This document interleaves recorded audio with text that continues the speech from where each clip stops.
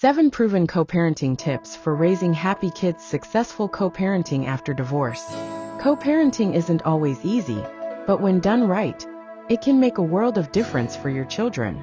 Whether you're just starting your co-parenting journey, or you've been at it for a while, there's always room to improve. In today's video, we'll walk you through 7 practical tips for successful co-parenting that focus on raising happy and well-adjusted kids. Section 1. Tip number 1. Keep the kids at the center, not the conflict. The first tip is simple in theory but tough in practice. Keep the kids at the center, not the conflict.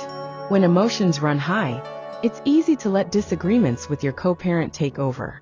But remember, co-parenting isn't about winning arguments. It's about creating a stable environment for your children. Make a conscious effort to keep your conversations focused on what's best for your kids. Section 2. Tip number 2. Consistent rules across households. Narration. Next, consistency is key.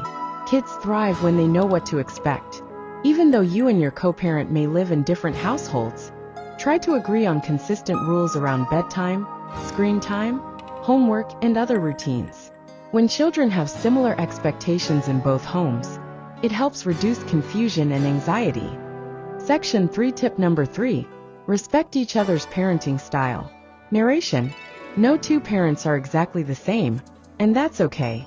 But one crucial part of successful co-parenting is respecting each other's parenting style. You might have different ways of doing things, and unless it's harmful to the kids, it's important to honor those differences.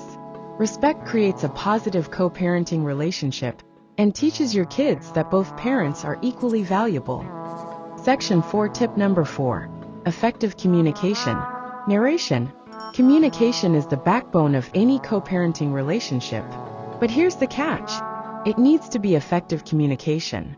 Keep your conversations brief, respectful, and focused on the children.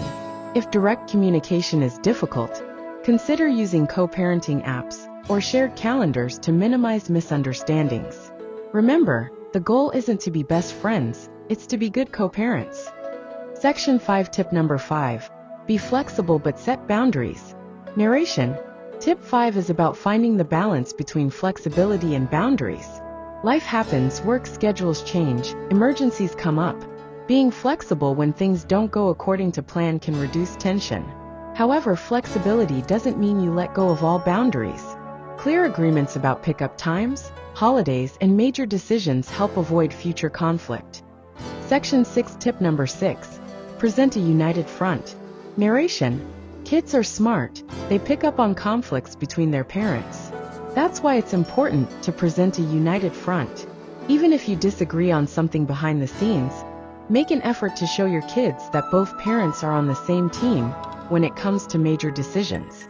This creates a sense of security and stability. Section 7. Tip number 7. Self-care for co-parents. Narration. Lastly, let's talk about self-care. Co-parenting can be stressful, so taking care of your mental and emotional health is essential. Whether it's setting aside time for a hobby, exercising, or simply talking to someone you trust, self-care helps you stay calm and clear-headed. And when you take care of yourself, you're better able to take care of your kids. Closing scene. Soft background music. Narration. Co-parenting is one of the toughest jobs out there, but it's also one of the most rewarding when done with love and intention. If these tips helped you, give this video a thumbs up, share it with someone who might need it, and don't forget to subscribe for more real-life parenting advice. You're doing better than you think. Stay strong, and remember, you've got this.